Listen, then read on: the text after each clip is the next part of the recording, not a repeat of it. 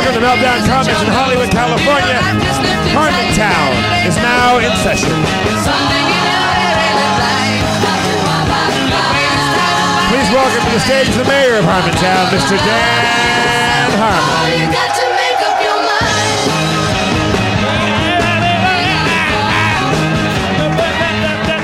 Thank you. Thank you so much. Happy New Year, 2015. We're in Back to the Future's version of the future. Are we all wearing metal hats and things like that? Yeah, we got little LEDs. You have to choose whether you're a Lobo, a Squeeb Squab, or a Zip Head. What's the... There's three... You're a Trank, a Lobo... What? Wait, do you actually know what's the... Low-res, Bojo, and Flapjack? What are the three? That's Back to the Future 2, anyway. Yeah. YouTube recommend. I recommend YouTube. It's amazing. It's videos just direct to your computer. There is a the next time you're like, oh boy, what do I got nothing to do. I got nothing to think about. My world isn't dark enough. There is. This will actually lighten it up. There's these videos Schraub sent me. There's this guy. This is my new fascination: is the people who are like exposing things, like the Illuminati things, like the patterns that they see and stuff. You've seen the one that's like Angels in the Outfield. There's a guy who's proving that Angels in the Outfield is like a pedophile, spell that it's casting on you, and it just keeps like freeze framing, going, look where his eyes are looking, right at the little boy's dick, and it's like the Back to the Future one is like fucking amazing. Like there's this guy who's just like, and he throws everything at it. Like he first of all he sees every moon landing, JFK and 9/11 in Back to the Future. Like he literally says at one point in his video, the movie is crawling with 9/11s. As he's pointing them out, there is like a point, like for example, like when the DeLorean finally like goes back to the future and leaves the trail of 11 as it heads for the movie theater, and the camera pans back, and there is a fucking goddamn, if there isn't a goddamn 9, it's like some kind of like Western themed breakfast place or something with a lasso for a logo, and it's like 9/11. I'm a convert, but. The crazy thing about it is that the guy can detect every 9/11. If he sees JFK's head everywhere, but he doesn't know that there's a difference between Back to the Future 1 and 2. He keeps referring to him as the same movie. And it's like, no, that's the second one. You're in the splash zone here, my friend. You're gonna get a little bit of. What happens is the vodka has my mustache has a wick effect. I take a drink, the vodka capillaries up. And so then whenever I have a explosive? The other day I picked a pack of peppers. I don't know. It's just vodka. It's not even spit. It's just pure vodka. It's good for you. So if you sit in the right place, you can get fucked up here. Yeah. Especially him. Look at him. He's a pretty fresh-faced young man. I'd believe you could get drunk off of a little bit of aerosol vodka. That's a compliment. You're a very, very handsome little boy. If you want to watch Angels in the Outfield later.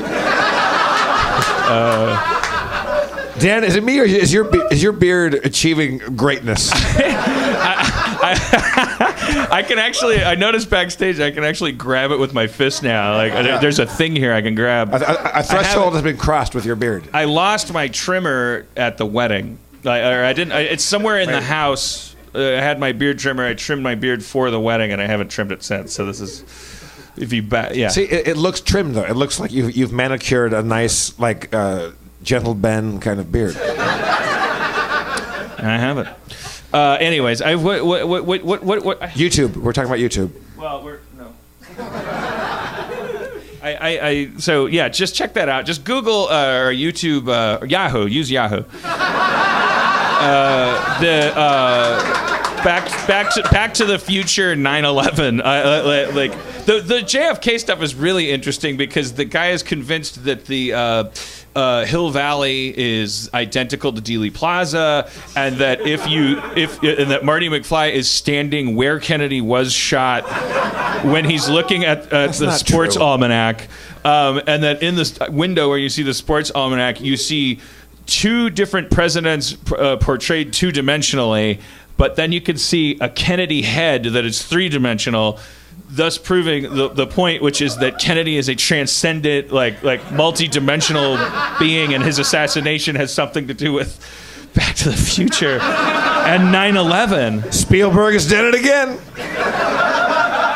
And the guy keeps cutting. Of course he's gaga for the Twin Pines thing. Of course he's crazy about the Twin Pines thing. And he's like for some reason now there's one pine. Motherfucker, watch the movie that you're.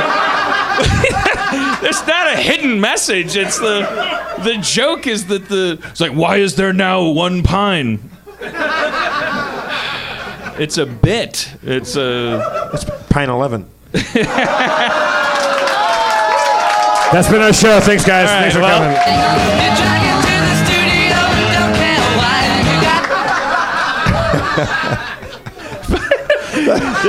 The thing is, that wasn't even funny. Yeah, you guys are a real pushover.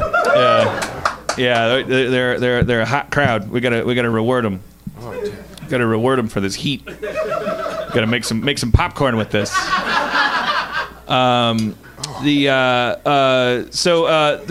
is the last week I think that the music is going to be just a free for all copyright wise. Like should I just play Beatles all night then? Yeah.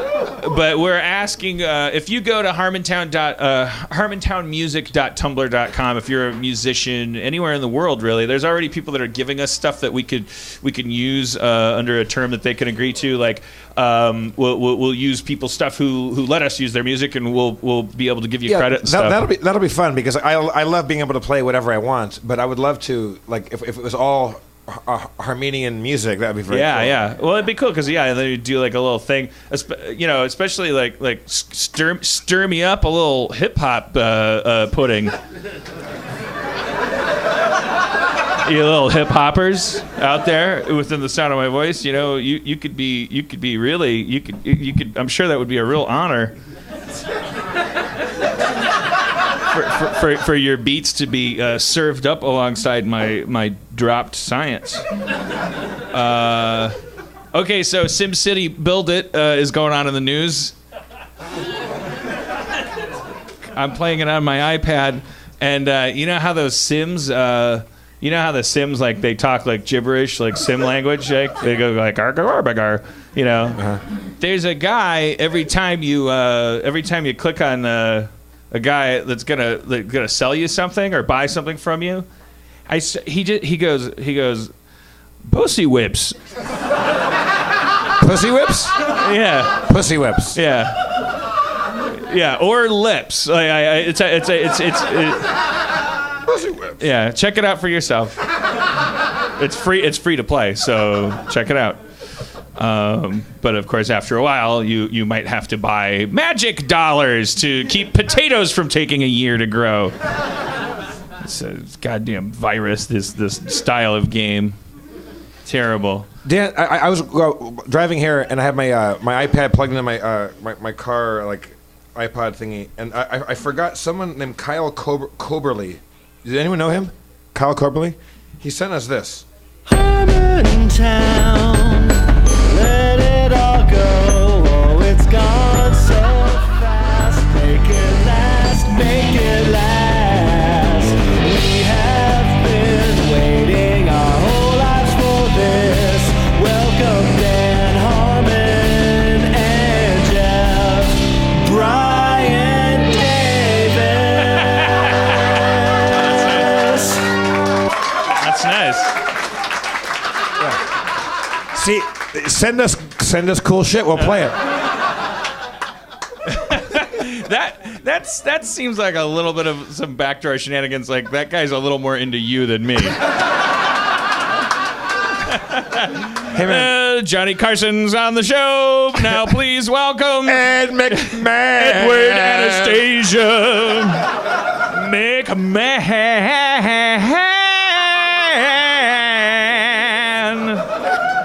Because Davis doesn't even rhyme with anything. It's a hard name to rhyme. Selfie sticks are happening in the news. I was you got back from Paris. I was at the Eiffel Tower like a couple weeks before you, and everybody had their goddamn selfie sticks. Selfies be sticking. People be selfie sticking. You got me, man. I don't know. They were all over Venice. Did you get the thing when you were in Paris where the people walk up? Do you speak English? And there are women that walk up to you. Do you speak English? I don't talk to women. Okay. Wow, that's a hard line. No, it's just it's like people are like panhandlers, but the thing is, you look American. Do you speak English? A previous trip to Paris, I think I encountered like somebody came up and thrust a note into my hands that was like this long tragic tale of like my child is basically like a global kind of Born Identity version of I ran out of gas, my kids are in the car, but it was like much more like creepy, like why do I know where the exits are?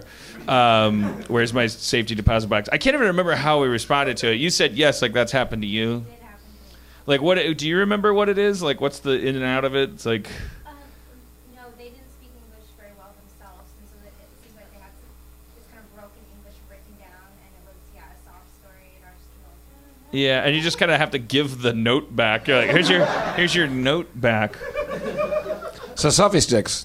Selfie sticks are happening. Do you have one? I don't have a selfie stick. What's the point of a selfie stick? If you don't have a friend to hold your camera? I don't know. Well, so first I saw people. The first selfie stick I saw was in Venice, and I thought, oh, this must just be something like maybe it's canal based. Maybe people want to take. Maybe there's too many canals here, and maybe it's an adaptation, like a gondola.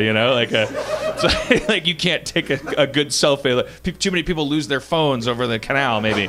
But then it turned out, oh no, I've just arrived in Europe as the selfie stick has arrived on humanity. Are these people walking around by themselves with the selfie stick, or are they with other people? I saw a couple. I was walking in Paris behind a couple, not even in like a touristy place, and I was behind a couple in an empty street, and they were walking and holding hands, and the man let go of her hand, took the selfie stick, extended it, got like a tracking like selfie stick shot of them walking just for a little bit, and then they kept their heads forward. Right. While he did it, he got the shot and then re-telescoped. So they're it. just like they're like Survivor Man walking down the road, like just like filming themselves. I don't know. Yeah, I guess it's just they feel it's a better shot. I guess it's like a little jib for them. I don't like it. Yeah. I'm against it. Well, I did. Was it worth it, Adam? Whatever. Adam, if you had a selfie stick, would that have been easier for you? It would, yes, much. Wow. I would. Yeah. If everybody next week, everybody bring selfie sticks and we'll do something with them. I don't know. It worked for Ellen. All right. Would you get a selfie stick if you had one? Would you use it? If I was able, would you get a selfie? No, I would not. I don't.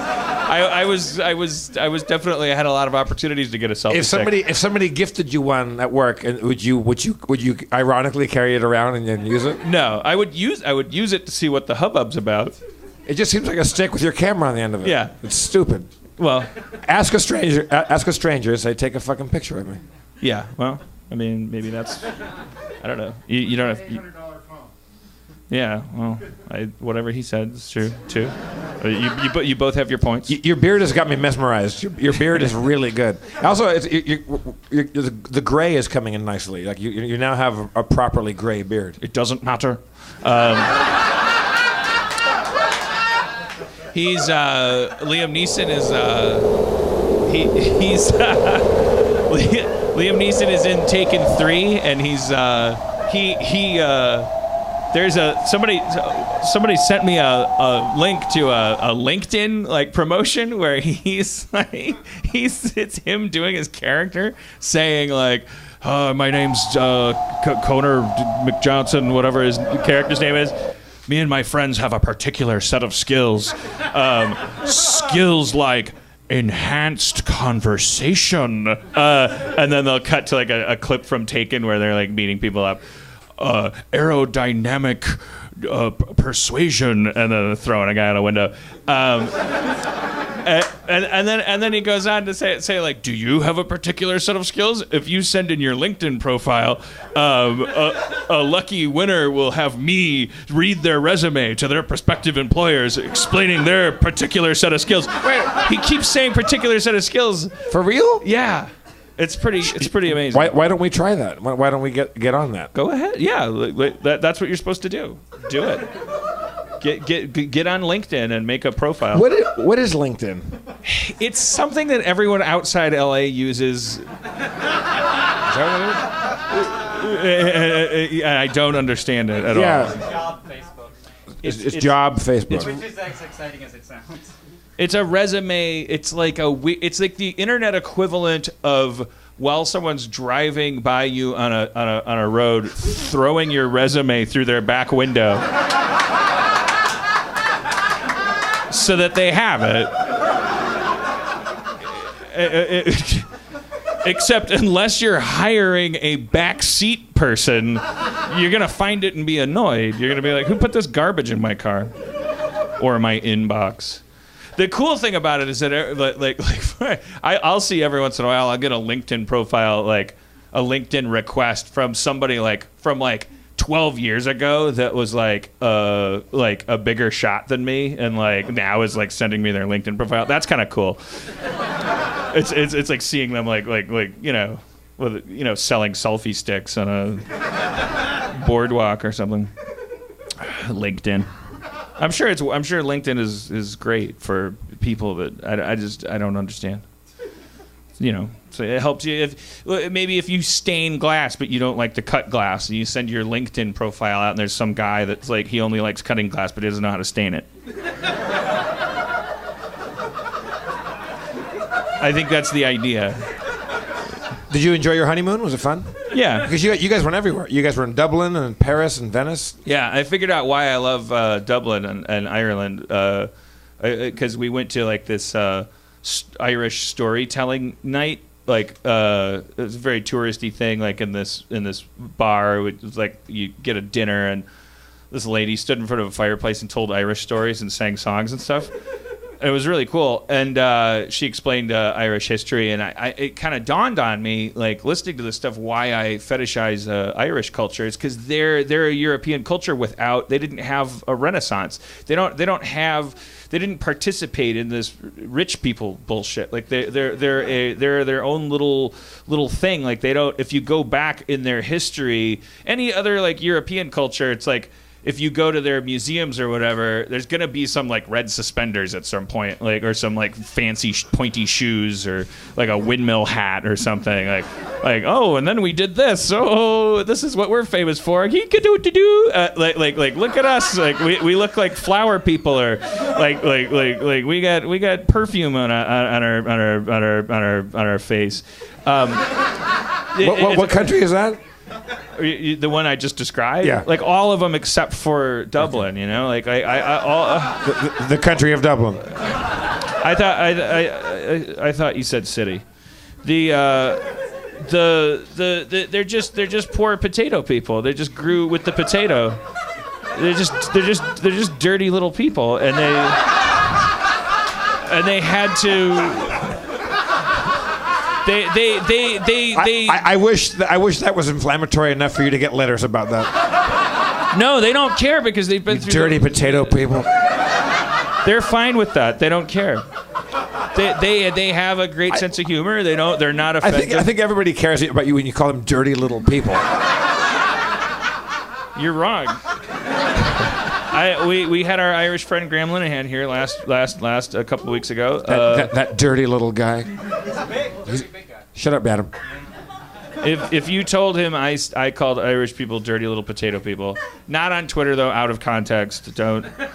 But like he'd be like, yeah, that about sums it up. You said it in context though. You called Irish people dirty little potato people. Yes, and so they're all of their songs and poetry and literature and things like they don't come out of any kind of nobility or anything. It's kind of like it's very nice. Didn't really dawn on me until I was really learning about it over mashed potatoes. They still love potatoes over there too. Their civilization exploded because of the potato. The potato became a thing like that they could do, and they grew in population quite a bit. And then of course there was the potato blight, and then like things got real bad for them, and you know, the rest is history. Can you sing a little Irish song for us about it? That's what she would do. She would go like, oh, and there's a one of the fairies of the potato patch was the Shin Lanin. The Shin Lanin was a lovely woman, would take the form of a very seductive lady, and she would come a calling when the things and blah blah blah, and then there's a song about her. Well, that doesn't sound right. She sounded beautiful. I bought her CD. That's how beautiful she sounded. I don't even have a CD player. I just bought it because I'm like, make more music. I don't know. Keep making it. There's a fairy of the potato patch? No, I made that all up.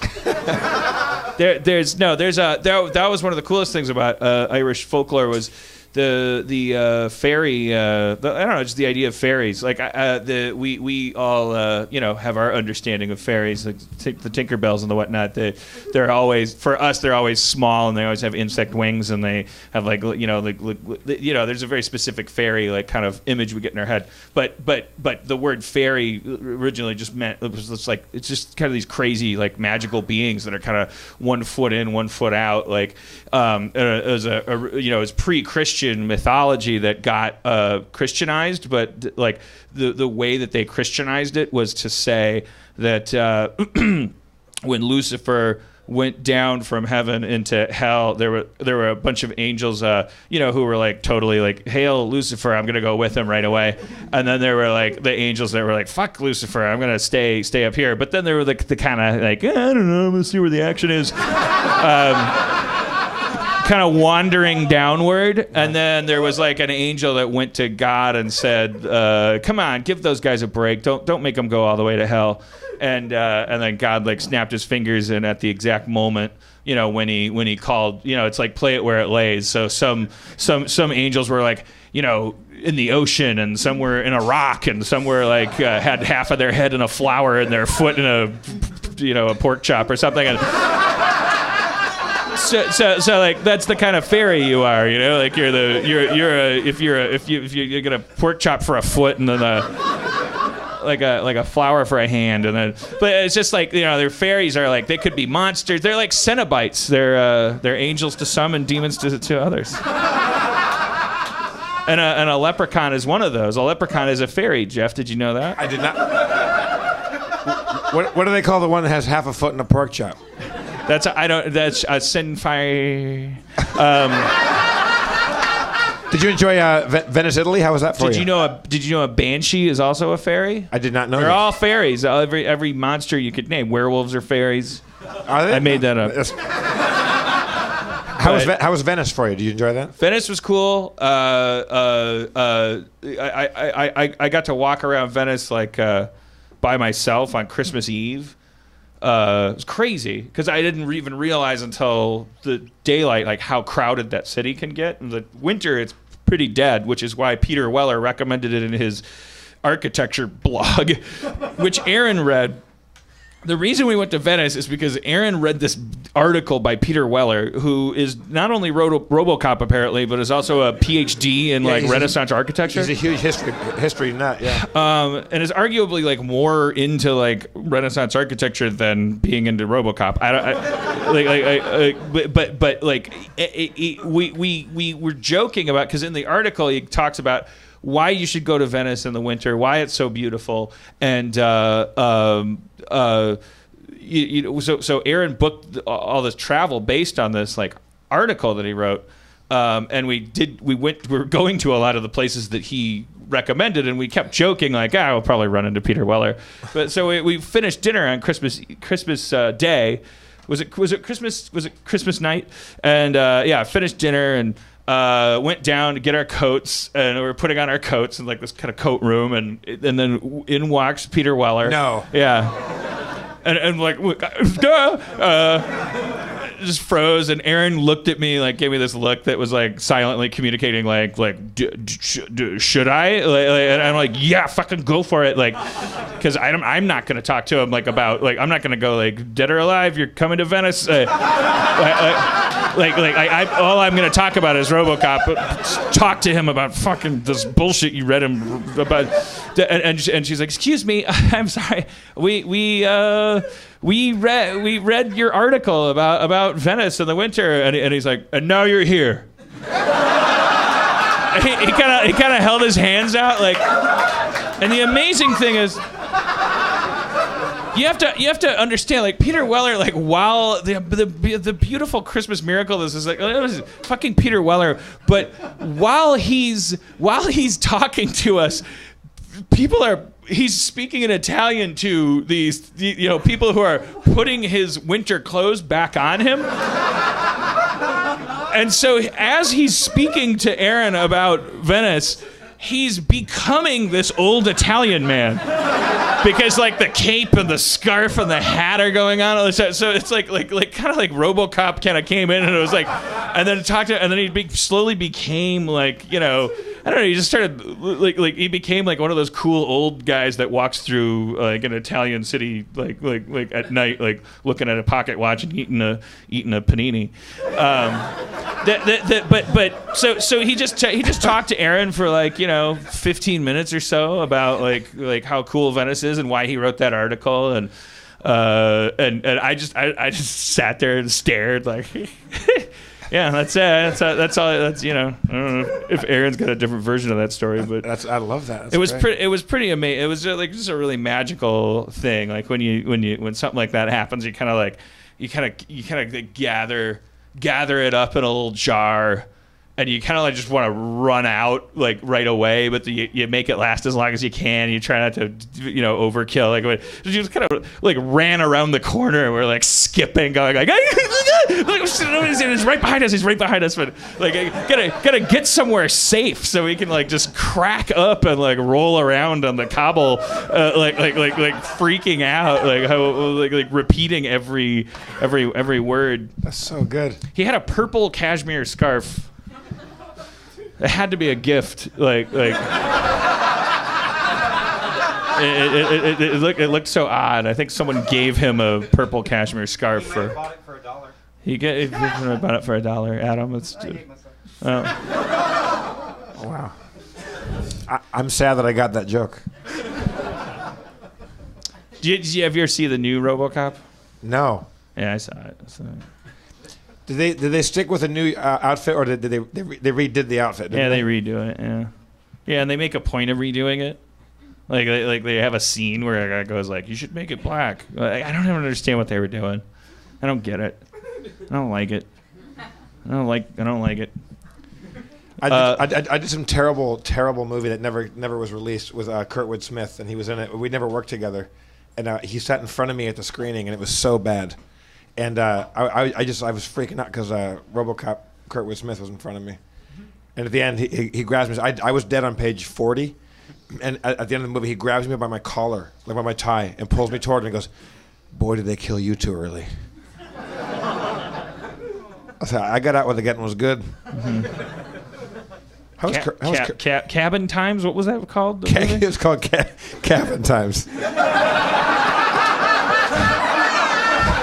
It wasn't cabin fever because that's a thing, right? Like it was called. It's something cabin. No, it's not. Deadly Cabin. It's called, I wish it was called Deadly Cabin. It's called Evil Remains. Oh, Evil Remains. It's cabin time. It took place in a cabin. There was a cabin for certain. I've never seen that one. Don't. It's a horror movie, and I went to the screening of it, and Kurtwood Smith is in front of me, and the other actors in the film, and they brought a bunch of people into the Lemley Theater, like in the Sunset Boulevard thingy, whatever the fuck it is, and it's so bad. I think the audience thought it was a comedy, and so then they just started laughing through the whole thing. But it's not a comedy either. But nobody thought it was scary either. So it became a comedy, and we were just like sinking down into our seats, and it was really bad. Yeah. Really, really, really bad. Well, all right. Let's see what else we got here. I ran into a kid in Paris that learned English from watching Community and Sopranos. Can you do an impression of what that would be like? Well, no. I mean, there's no. You know, what do you like? He would say, "Bada, bada, boom, pop, pop," or.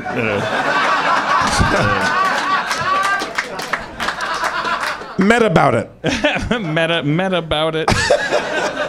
And there was another kid there, and he had this. Well, whatever. No one's interested in that. I've told it like 3 times, and no one cares. There was this other French kid that showed up. And he had an app on his phone that he showed me. I just thought this was kind of interesting because it's like, I don't know, it's foreign people. We don't know anything about them. What are they doing?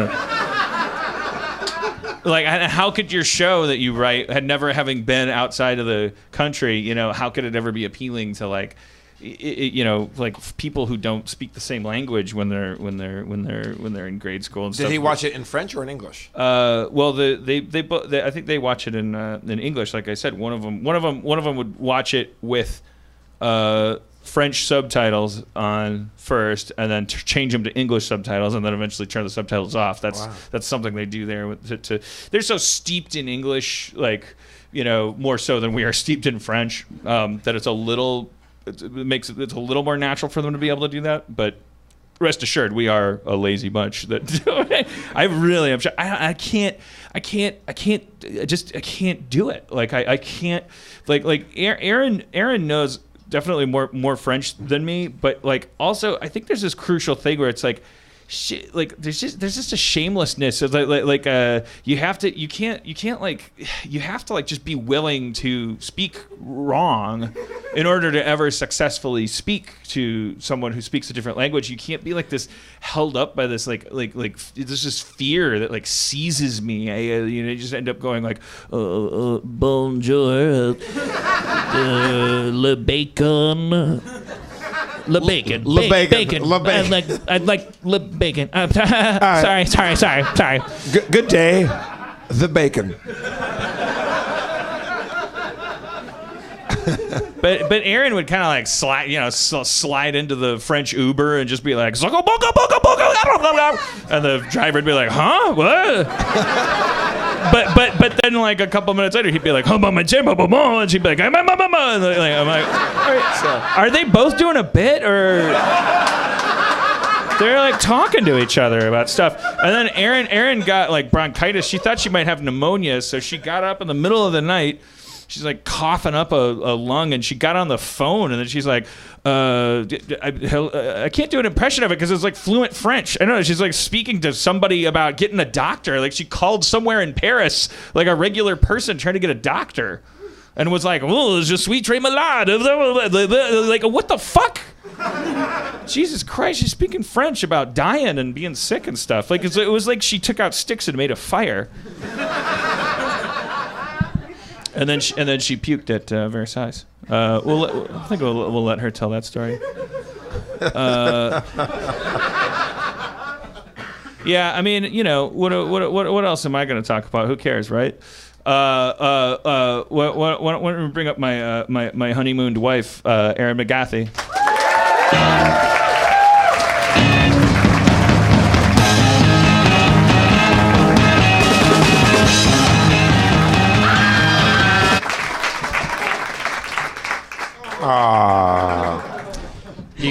you guys do it French style? You kiss both cheeks? We didn't. Are you all better now? You healthy again? I am. Just recently, though. I still have a little thing in my throat. And today I did a Channel 101 pilot, and there was an older woman there, this actress who was brought in who I don't think knew anybody. And I coughed, and like she had done some, very nice woman, but she had done some like very like sick seeming things earlier that made me kind of worried about her health. Like there was a fog machine, and she said, "Oh, is something on fire?" And I said, "Oh no, that's a fog machine, and it's just vapor." And she was like, "Oh, okay. Don't want anything to be on fire." And I was like, "Yeah, no one does. Great." But then 10 minutes later, she looked at me like she was looking through the pizza. Also, she was like examining the pizza, which is strange. But she had eaten pizza and was just seeing all the pizza. And then she looked at me and she said, "Is something on fire?" And I was like, "Ha ha ha ha." And she was like, "Is something on fire?" No, it's a fog machine. It's vapor. And she was like, "Oh, okay." But then 5 minutes later, I coughed, and she said, "You need to get some help." So I guess I'm still a little sick. Yeah, Good night, everybody. You don't sound that good, like in bed at night. Ooh. Oh no, we sleep together. But we're not always sleeping. Right, because she keeps coughing. Well, then why don't you start living?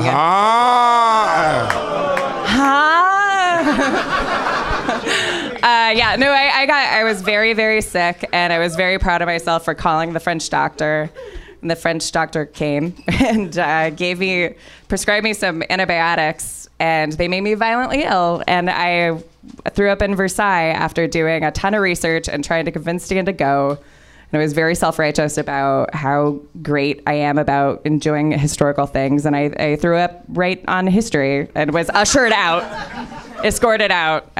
while the tour continued. And I just slept. I didn't tell you this because I was very ashamed and I thought you'd be embarrassed. But when I was escorted out, I was so sick, and you know when you're sick, you want to put your face up against something cold. And so I was lying in the courtyard of Versailles with my face just on the stone. Literally like behind the Golden Gates where Louis XVI first saw Marie Antoinette and the people of France looked in wanting to be there, because that's what the French Revolution is, right?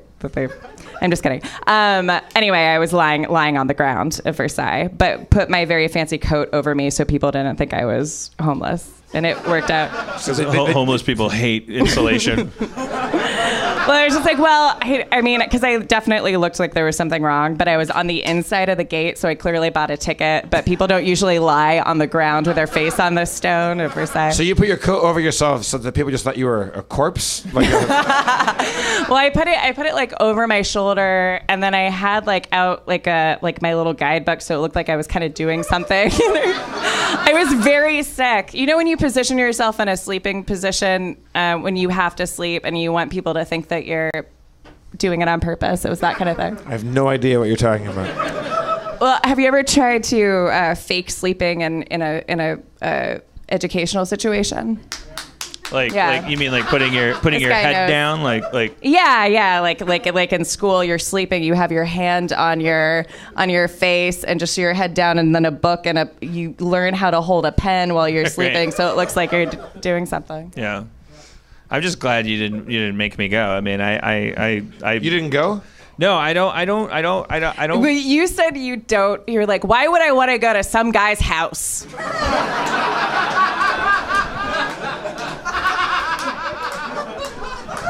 And the only answer is, ooh, this guy was really rich. No! All right. I'm not going to have this argument. He told everybody what to do. Yeah, that's so stupid.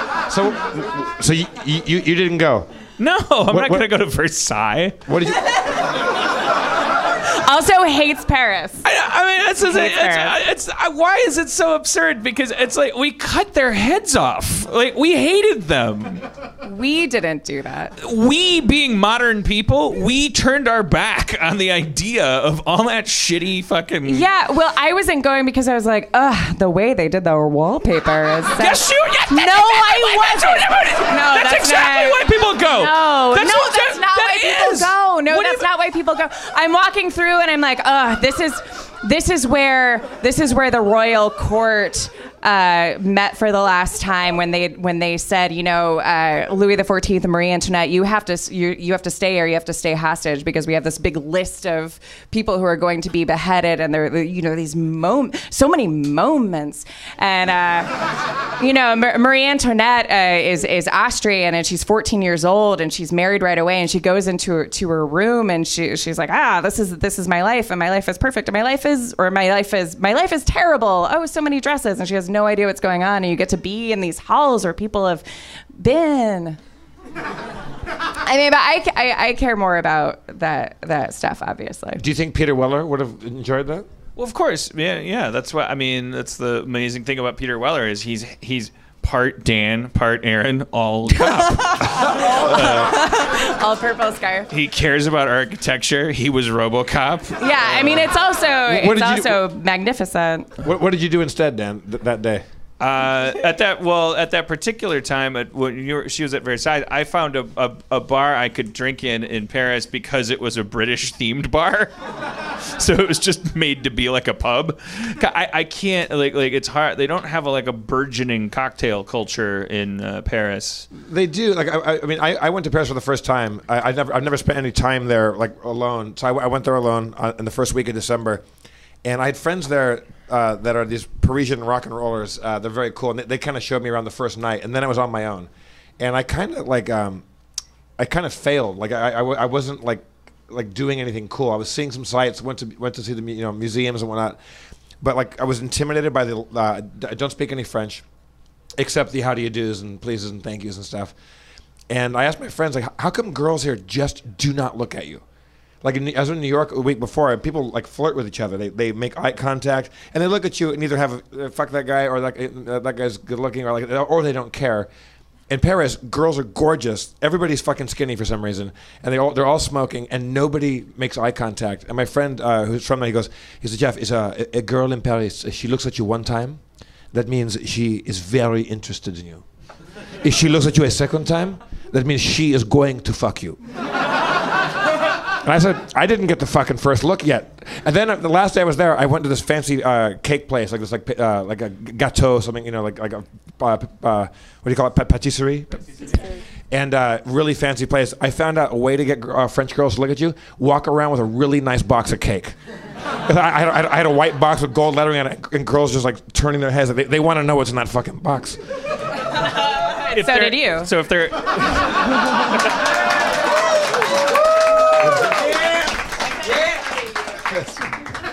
Oui. Yeah. So I went to a club one night, and there was on the carpet this place called Chez Castel, and on the carpet is all dicks, pussies, and tits. It's an ornate carpet. If you look at it closely, it's all this weird, horny thing. And down in the basement, there's this piano, and it was Serge Gainsbourg's old piano where he used to go play it kind of as his second home. And there's a cigarette burns from his cigarettes on it. I went there one night, and there was nobody there. On the last night I was there, I met these people. And they took me. I went to La Perouse, this place right on the Seine, which is from the 1700s, and Victor Hugo used to go there. And I just did my old experiment of just going to a place and posting up, sitting at one place all night long. No one talked to me for 2 hours. And at the end, they kicked everybody else out. But they go, you can stay. And then at the end, they're like, there was a girl there that I loved. She was so beautiful, and she actually made eye contact with me. And she was the DJ there. Or one of the DJs, and they took me. They're like, "You come to this club with us." I go, "Should I meet you there?" And they go, "No, you walk with me." And we went there, and down in the basement where I'd been before, now it's filled with people, smoky, people playing piano. Girls start taking their shirts off, and guys lighting cigarettes for them while they're dancing with their shirts off. It was so fucking French. I couldn't believe they were it. lighting the women on fire. No. There was a girl. She took her shirt off. She's laying on the piano, and a guy that she doesn't know It's a picture on my Instagram, and this guy, this really good-looking guy, lights a cigarette and puts it in her mouth. Oh. And on my Instagram, she's like, "Who is that guy?" Like, she didn't know that guy. They all took me to this party afterwards where it was 3 girls, the girl who was one of the DJs, and these 2 guys in this crazy house. It was like if MC Escher and Frank Gehry made a really gay Parisian house together. Stairways that went nowhere, and then you have a push on a wall, and the whole thing opens up, and some floors are glass, and you look through this, you can see down to the bathroom, or you can see through to that room, but you can't see into that room. Yeah, you can look from one room into another, but some rooms you can't see into. The top floor is one giant bed. And I get up there, and they go, one of the girls goes, "Jeff, you are gay, no?" And I said, "No." And they ripped my coat off, ripped my jacket off, ripped my tie off, and all of them took their fucking shirts off and started making out with me. How is the pastry? Huh? And then, so while that's happening, this guy comes up, this guy named Aurelion or something like that. He comes up and he lays down, like 15 feet away from us, lays down sideways and smoking a cigarette. And one of the girls in French is like, "Aurelion, you go to avec moi?" Like, "You want to come and enjoy it?" And he goes, "No." And just sat there smoking and digging it. Wait, he was just... He wanted to watch. He wanted to watch. So a couple nights ago, there's this... I was telling the story to some friends of mine, and because a friend from France was showing up, his famous hairdresser named Charlie Lamindu, who does like Lady Gaga's hair, and like he's like a super duper famous French hairstylist. And he shows up, and I just told the story, and I said, hey, you know La Perouse? And he goes, "Yeah, I do a night there once a month. I promote a night there." I go, "Oh, I was just telling them about this girl." And he goes, "Was it Ambre?" I go, "Yeah." And he goes, "Yeah, she rapes all the men."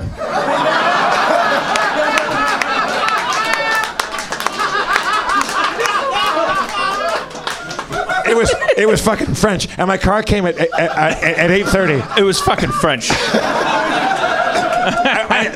They had written all over me. I had writing all on my arm and on my face and my neck and my shirt, like they kept writing on me like this is the back of the pocket square. And I got to the airport and I was just covered in writing. And the French guys at the airport seemed to like that was just another day at the office for them. Like. It does get very French in Paris. It does. It's like these French have got a different word for everything. We were there on New Year's Eve, and in this, I had some friends that we ran into from New York, and we were in this club at like up until 5 a.m. And when we walked in there, we were like, "Oh, cool club," and it was all red, and the music's terrible. Paris? Well, I mean, sure, not across the board, but where we were, it was pretty bad. It was like a whatever what it's called when you type it words into a website and then it gives it back to you. Translation? Yeah, like a translator, but what you want to say, like a Stephen Hawking, like automated. I know there are many like obvious words that I'm forgetting. Anyway, we were in this place where this DJ was typing words into like some sort of like child's toy or a deaf person's toy, and was playing it with like a heavy beat underneath, and everyone was really into it.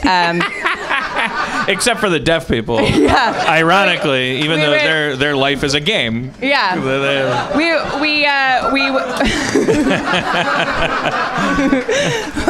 This is the one time. I mean, it's a choice. But we were at the door, and I speak very little French, but I was at the door and like spoke enough French to the guy that somehow like we got into this club that was like a private party, and everyone's dancing, and then everyone's making out, and then people are taking people's faces and saying, "No, you make out. No, you make out." Like we're not a part of this. Like we're very obvious. We're just watching all of this happen. But everyone is, there's this very free energy, and at a certain point I was like, are we at like a very special free club? But I think it's just like a French thing. Yeah. But the height of it was when a guy came downstairs who looked like a jolly old elf. And he had this sack full of presents. He looked like when you watch, if you were to watch a biopic about a very famous hairdresser from the 70s, this would be that guy. He came down wearing a beret Which they do. They really well, and it was crazy. Like it just seems so on the nose. They actually they do wear berets. They wear berets. I heard one totally non-ironic ooh la la. I went to McDonald's and they said bon appetit, and I was like, ah! And just laughed. Wait. I have a question. Why did you go to a fucking McDonald's in Paris?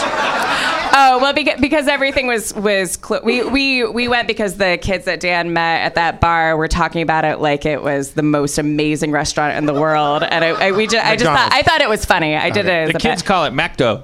But anyway, the guy's wearing this beret, and he comes down into this dance floor, and this club is called Bonnie and Clyde, and it's in the Pigalle, and it's like the cool like hipster club, and the bathroom was crazy. The bathroom is crazy because you like wait in line for the bathroom, and you get to where like it would split off into like men's or women's or 2 stalls or 3 stalls.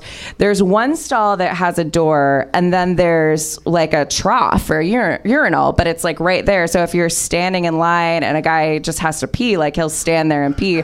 But the more shocking thing about this, it became if you were a man who had to shit, you had to wait for this other thing. And I learned very quick, like I learned a lot of French for, I am so sorry, I am going to shit before you. Anyway, this guy comes down with a beret. Take someone's butt and go like, now you shit over here. You pee in his shit. No, it was just weird because like, it was weird for a second, but when I say weird, I mean, it was actually like this really like, neat human moment where it was like, yeah, we're all in this together.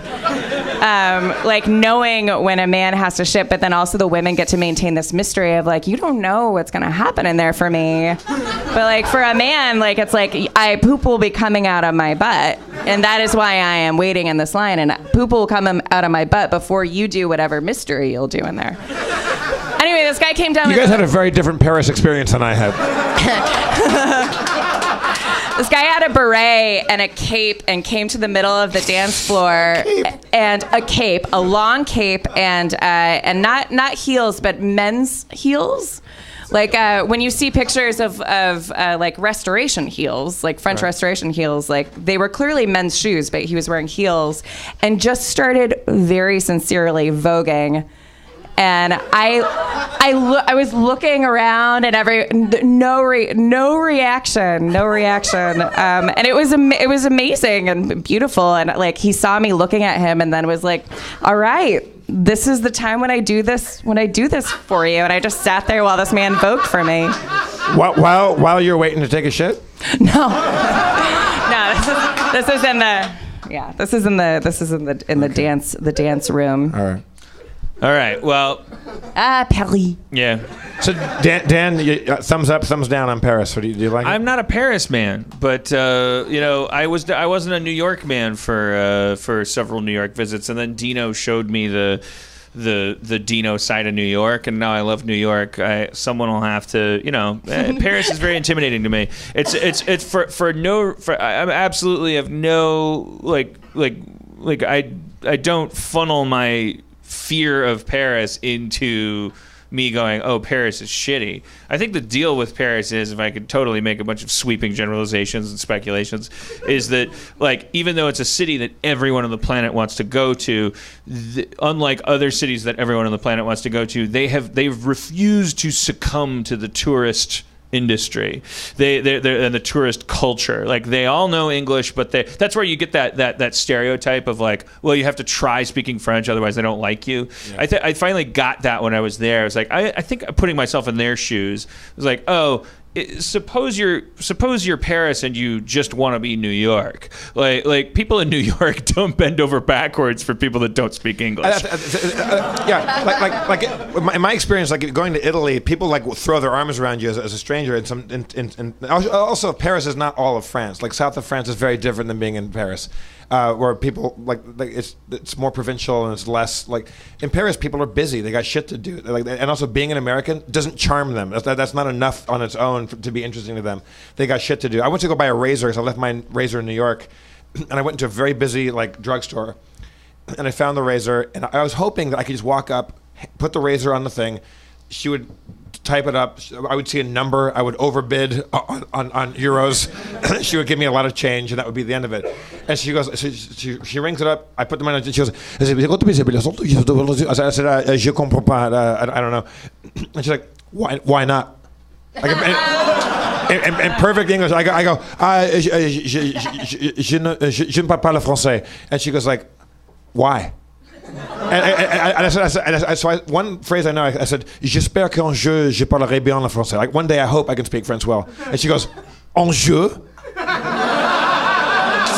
Like one day, like you're fucking, she's like, you're here now. I go, lady, give me the fucking razor. And she fucking died laughing. Like she loved it. Like they'll give you shit, you can give them shit back. Like, I was like, I just said I hope I go one day I'll speak French well. And she was giving me shit back. Like they're not mean. They just got shit to do. And I think that they're quite charming there. Well, I think there's just also it's a city that people go to have like fantasies and dreams and things. Like, but it's not like barfing in Versailles. Like when you go to Venice, every other building is either a hotel or a purse store. It's obvious that like there's not obviously tourism is like it's infused the culture. Like if you're gonna roll your eyes at the idea that you have visitors, then you're an idiot as a Venetian, I think. Like the die is cast for them, and for Paris, they're like, look, I understand that you're in a waking dream because the Eiffel Tower's over my shoulder, but right. I got shit to do, and I'm not being a prick to you. I'm just saying, like, when you wander into my bar and you're kind of like, you know, you're just in a different mindset as a tourist. You're like you're off work. You're not working, and it's whatever. We've beat this horse dead, but I think there's just cities that make that choice. Like it's a binary thing almost. They go like, okay, let's face it, people are coming here to visit.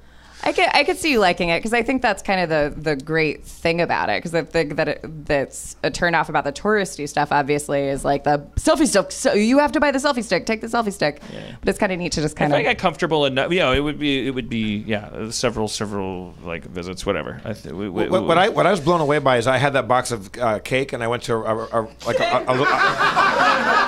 went to a little cafe and said, like near the Eiffel Tower. I asked a waiter, is it okay if I eat this here? And he's like, only if you share with me. Like everybody wanted in that fucking cake box. I had two little. This cakes. is the story that blew Jeff away. The story where he went into a sex dungeon.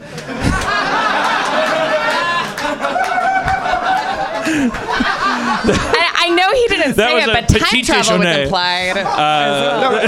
So I just like that the precursor to the cake story was this is what blew me away. This is what blew you. You were at the airport and it said like whore on your forehead. You should write a new manual for men to replace the game, which is such a pile of bullshit, just called the box of cake.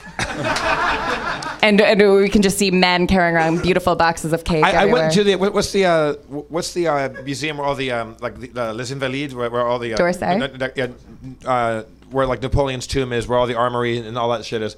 I walked in there, and then I didn't finish all the cake, and so I went into the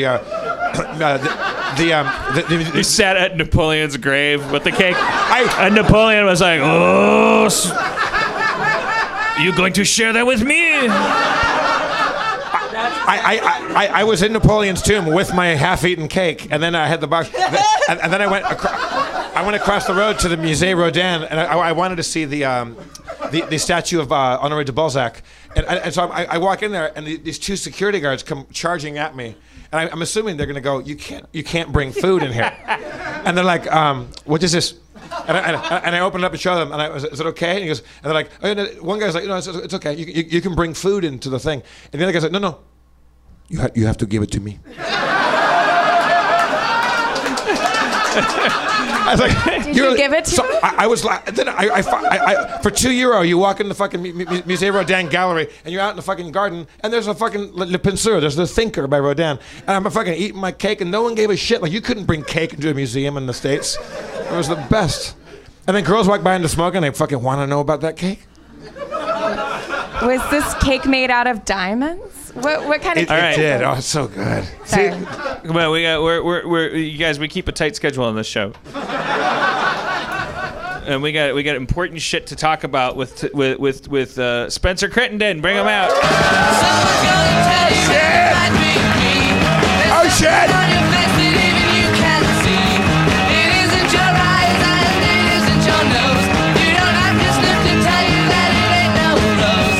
Hey guys, Hey, you Spencer. know, wouldn't you believe it? I read a fucking article about men carrying cakes in public. And it's a great way for men to get the female experience of always having eyes on them, you know? Because men aren't traditionally stared at by everyone, whereas women are, and it's really hard to kind of fathom that experience of all this constant attention. But when a man is holding a cake, they get all that attention. Are you on Is that PCP really true? right now? His mic's just a little up, I think. But wait, doesn't this imply that all women are Kathy? No. Did you say you read an article? Did you really? Oh, read- yeah, I read an real? article. I love that. Yeah. Are you being glib, or did you really No, read an article? why would I make up an article that I read?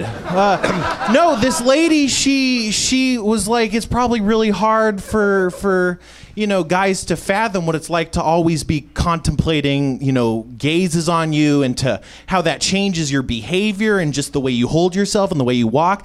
And then her partner just was by chance carrying a cake and noticed that everyone was staring at him, and they talked about it, and she made this not exactly scientific test where she got guys to carry various baked goods in public, and like a plate of cookies, nothing. An exposed cake? Oh boy, look out. Like a birthday style cake? Yeah, like on a Is it- stand. do you think does the article talk about, is the idea because it's because of the psychological ramifications, the mystery behind it, or is it because everyone just wants that cake? I think that they said it was part of that. It was both. It was some people wanted the cake and wanted to make jokes about getting the cake, and other people seemed like they just wanted to wait for someone to drop the Oh, so cake. Well, just a lot like- of times like- when men look at women that they want to fuck, it looks like they want to eat them. Yeah.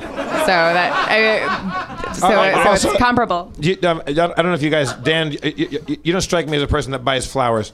9/11. I love the idea of someone walking in for the first time and being like, "What the fuck?" Celebrating 9/11. Dan actually buys flowers very frequently. But if you walk down the street like in a busy like New York or Seattle or a big town, walking down the road with flowers in your hand is aphrodisiac to everybody. Like everybody likes, or it's like people just like, oh, that guy thought about somebody else. It was my diet's cheat day yesterday, and I went to a Froyo place and I got the biggest bucket they had, and I filled it a quarter of the way through, and then I put all peanut butter cups, and then I filled it another halfway through, and then I put all peanut butter cups and a little bit of crushed peanut butter cup, and then I filled it the rest of the way through, and I was just walking through Las Feliz with like it was obvious that I wasn't like taking it to a family. Yeah, it had one spoon in it. Well, and what did the side of it say? It says something like, "Just for me." Yeah, Or something. Treating myself today. yeah, special day or something. Cheat day. I know. It's a novelty I think gift it's size. a cousin of the concept because of the prop I was carrying. I did feel like all of this extra meaning to I wasn't allowed to just be in a shell as I walked past people. I wasn't allowed to just be anonymous. Like I had this prop, and so I was a story to everybody in every window. It was like yeah, laugh it up, you fuckers. That's just what boobs are. Yeah. Now you know how I feel. It's like I'm covered in frozen yogurt all the time and candies. So I say in the Garfield dress. So I mean, like, I don't know what's happening to me right now. I wanted to. We've been talking forever about the like trying a different game from my childhood, my high school days, called Shadowrun. Yeah. And Spencer's been like reading the books, and like I've seen him outside my writer's room, like sitting there reading the Shadowrun books, getting very excited. And you like we're not gonna play it tonight, but we're also not gonna play D&D, and we'll get hey, fuck you people. If you want to know how it feels to get that kind of reaction, take a tray of cookies and wear them like a necklace. And then maybe you'll start to get it. But they can't be oatmeal, because it's the most masculine. Yeah. Put a pickle behind your ear like it's a pencil, and you're like a handy Smurf. And then on the other ear, just dangle a piece of pizza. Or wear a sign around your neck that says, "I forgot your cookies." Right. Yeah. That pencil was way too big to stay tucked behind that guy's ear. It's like a giant ass. It's like a microphone-sized pencil behind his ear. But you don't know how stiff Smurf cartilage is. It can't be that tough. Like. Can I just point out very quickly that there's a man in the audience whose laugh is identical to Judge Doom's laugh, Christopher Lloyd's character in Roger Rabbit, right after when you find out he's a cartoon and he's turning into a cartoon, and he like has that maniacal laugh. Dustin Marshall pointed that out backstage. How's that laugh go? Like that. Well, I don't want to do it. That's not what it sounded like, and that sounded like I was making fun of you. But you're that like. Is it a good laugh? Are you enjoying this laugh? Are you? I mean, I've gone through. At first, I was like, huh, and then I was like, oh, and then I was like, oh, neat. Okay, great. We're all. And that's the truth. Yeah. Now I love it. Now it's like being covered in yogurt, but my yogurt for my own in front of a mirror. I'm not walking down the street. I'm in a room of mirrors, and I just am seeing my own yogurt. Yogurt's a lot grosser when it's not frozen. Covered in my own sugar-free Greek yogurt. Spencer, do you have other logic problems with the Smurfs besides the size of handy? Yeah, Smurfs? I mean, there's just the one lady Smurf, right? Yeah. And Yeah, they Smurfette. lay eggs? What? Okay. But you know the Lady Smurf was created by Gilgamesh. What's his name? That's even more. Yeah, isn't that even Gargamel. Gargamel. Well, Gilgamesh. They took that from Gilgamesh. well, Gilgamesh would be impressive if it was good. did they come out of the mushrooms? She was created by Hammurabi Smurf. Where do they come? Like I don't know. Where do they grow? I know they're 3 apples high. But didn't they also? Are they? Well, yeah, they're supposed to be 3 apples tall. Those are giant fucking mushrooms. Then they look like they could be easily crushed underfoot. But 3 apples, man. Those are huge mushrooms. Well, That's no, they're like a they're dog up to your mansion knee. sized. You could tell from the Pac-Man cartoon that they definitely ripped off Smurfs. Like they had a Gargamel figure. I can't remember. God, what was his name? Mesmeron?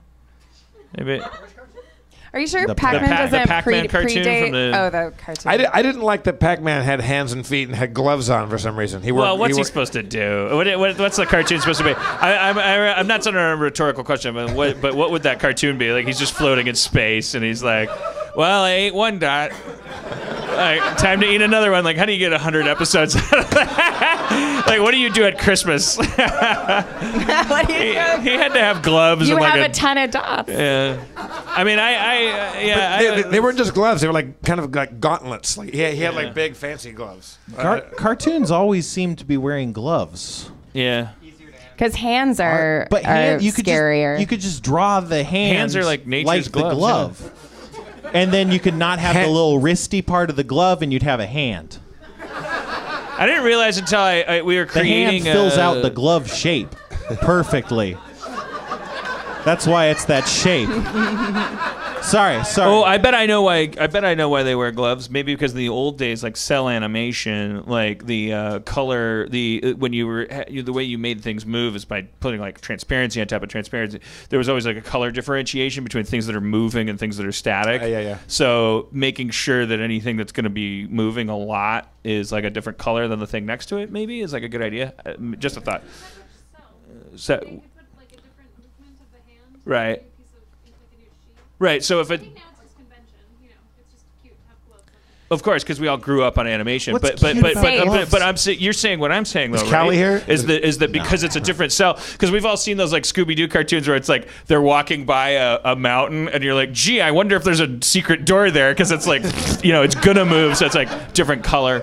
Just slightly different shade because it's like through the. Did I tell you guys I drove with an Uber driver who was like a He-Man, the second biggest collector of He-Man cells? The second biggest? Second biggest. I love that he knew he was the second. I was like, who's the first? And he knew his name. And I was like, are you? Was he angry? Yeah, I was like, are you guys about that? enemies? He's like, no, we are. It's like he's like you're cringer or whatever. It's like, so, anyways, I didn't know until we did Rick and Morty that you have to pick the number of fingers when you do a.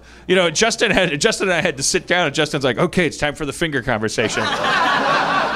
How many fingers are human beings gonna have? And the thing, I was like, well, fucking 5, motherfucker. And he's like, well, take it easy there, cowboy.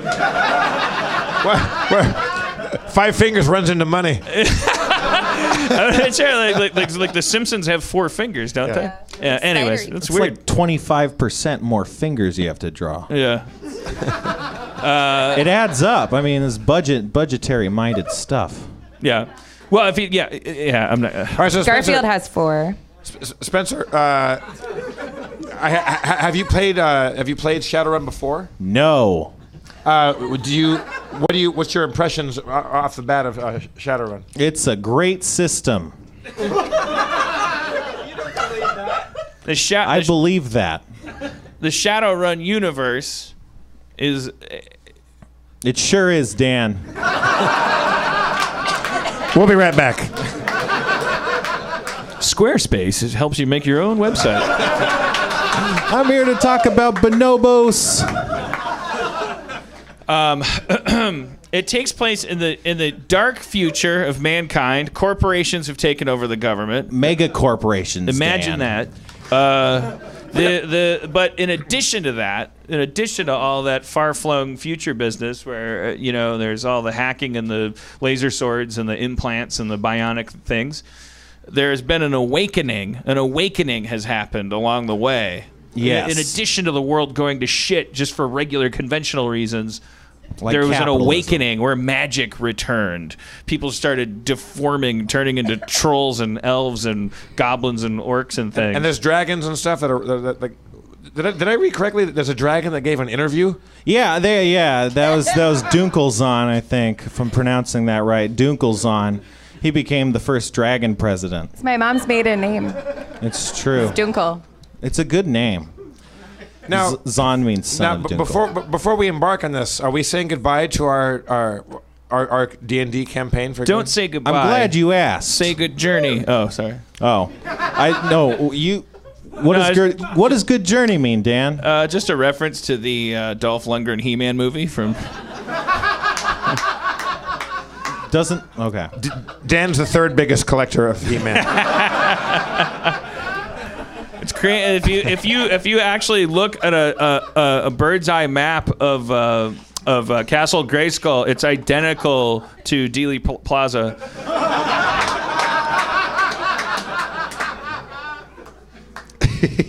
Yeah. So that's a great question, Jeff. I'm glad you asked. Thank you, Spencer. I don't really know the answer to that. I feel like it's easy enough to put on. I mean, we don't have to set our D&D stuff on fire.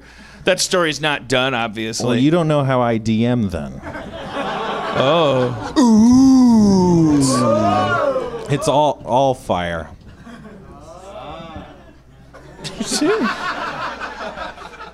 Okay. Yeah, okay, so set it aside is the answer to Jeff Davis's question.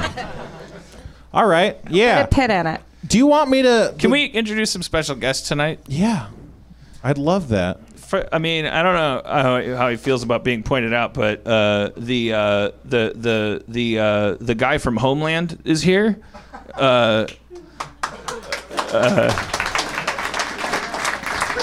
Can you come up and just wave to everybody? Remember, is he a president or a terrorist? That was a bit. He just looked like the guy from Homeland to me. Good. I can't help you there. I've never seen the show. Well, sorry, that was a misfire, I guess. No, you have to do 2 more. I know there's a young lady, young compared to me, who's it's her 30th birthday tonight. Somebody tweeted me about their 30th birthday. Are you here? Are you? Do you want to be looked at? Oh God. Do you want to come up here and be looked Like a at? piece of cake. What's your name? You can say no, by the way, but no, Laura. Okay, you're coming up. Okay. Laura, everybody.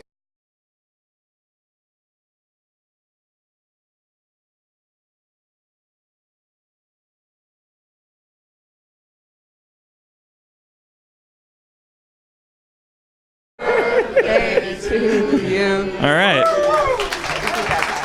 Dan, have I told you my fix on that song? I have a fix on the Happy Birthday song. You go, Happy Birthday to you. That's it. You're done. You go, Happy Birthday to you. Then you fucking move along. Hello, Laura. Laura, you a big Lakers fan? No, Laura is wearing a purple sweater and a my yellow sister skirt. actually pointed that out, that I look like a Lakers fan, but no, I don't like sports. So. Are you from LA? I'm from Chicago. And you pilgrimage down here, up here, down here. Okay. Over. You didn't just come for Harmontown, right? You had you had Hollywood signs to look at stuff. My sister lives here too, so but yeah. So And to look at Aaron's skirt because it's amazing. Thank you. Are you scared to be old now? You're 30. You look like you're 19. Right? 30's the new 19. I think you go through a process when you're getting to that age, and you kind of go through it when you're like, oh shit, I'm 29. Oh no, and you know, get over it. I just turned 30 Yeah. 4 weeks ago. Yep. Happy birthday to you. We have the best audience of all time tonight, by the way. These fuckers are up for anything. Is there a wish that we could help you with? Oh no. I've got a funny thing to tell if someone is like Looking? is 25 years or younger. I'm that. Yeah. Yeah. Who is John Bobbitt? Oh, let me tell you about John Bobbitt. I don't know. It works. Oh, really? Do you know Is who that the Jo- thing? Yeah. Do you know I who John Bobbitt is? Yeah. Lorena Great. Bobbitt? The guy When that got us. am I gonna learn when I'm 25? You'll be taken to the woods, and I'll tell you who John Bobbitt is to me. He's the most guaranteed comedy sports suggestion from during the 3-year period. Is that the guy that had his penis cut off by his wife? Oh, it's right? horrible. Yeah. It's horrible. A few years ago, he did a porn. So everything's He fine. got his penis reconstructed. Did he do that 25 years ago? No, it's just a funny thing that a friend of mine pointed out, that anyone under like 25 does not know that story. That's fascinating. I want to know why. Well, What happened 20 like when It's when no what's longer the time people frame? aren't talking about it. Yeah, I know, but why aren't they? When were they? Because when you were when it happened, you were too young for your Yeah. parents to tell you No, about a guy whose dick when got cut did it off. happen? Oh, it happened like early. Oh, No, 98. earlier Good than year. that. So 94. Someone knows it. And why was it notable? Yeah, it was just like a bit like a highly publicized like true crime type I've thing. read It's the like same reason 6 why. or 7 stories about crazy mishaps involving penis severings. I mean, Well, it wasn't a mishap. She followed through. It sounds like a mishap. I heard about a woman. I don't know where I heard this. Maybe this is a thing that everyone knows about, or maybe something that just happened to someone that like a friend of a friend. A guy, the woman didn't like him. She was mad at him, and she super glued his dick to his stomach. It's awful. I think that was dialogue from Reservoir Dogs, wasn't it? That's what you're thinking of? I don't know. Isn't that Harvey Keitel told the story? That's a very interesting concept, though, that you could that you can pick a random thing, or not a random thing, a very decided thing, because that's the thing you're looking for. That there's a there's a momentum to pop cultural zeitgeist, and the John Wayne Bobbitt thing, like the foam of that surf, like stops just before the toes of someone at a certain age. I think that's very interesting. Do you know about Nancy Kerrigan and Tanya Harding? Oh, let me tell you about Nancy Kerrigan. Wait, was that figure skating? Yeah. Yeah. My roommate watched a documentary about that I was listening to. It's back in the news, but had you heard about it before the documentary thing? When I heard the incident, I was like, oh shit, this was big when I was like 7 or something. Like I definitely heard echoes of it, but yeah, I don't really, yeah. Doesn't it seem a little bit like, maybe this is an illusion of we're in between them? Like I remember, and the last one I can remember is like Octomom. Like there's like when there's this thing that has no stakes to global society at all, but it's just like everyone's talking about it because it's just like when you focus in on it, it's everyone just wants to talk about Octomom. Like it seems like we've been in this reverse oasis of or sandbar of like are those days over? Because I think no. you might just be working too hard. I mean, there are a lot. I'm not doing it bad. I mean, there are a ton of like true crime things that are constantly in the news. Casey Anthony was pretty. I don't think Octomom's a true crime thing, though. Well, she was like, I don't know. Well, she. I guess it that was counts. Like a legal I mean, thing. Like she wasn't I mean, it does count because it's like relative to what should be important to anybody. It is one human life, and it shouldn't. It's like yeah, our decision to focus in on it. Yeah, Casey Anthony was a thing. I guess those just pop up once in a while. It just feels like we've been through this patch right now. Where it's just fucking like darkness. Like I see what you're just this saying. river Styx of like oh, there's Bill Cosby's head floating. I can recognize that, but like everything is just moreover just kind of like real. Like everything's kind of real. Right. Well, and I didn't want to imply that the Casey Anthony story was fun. No.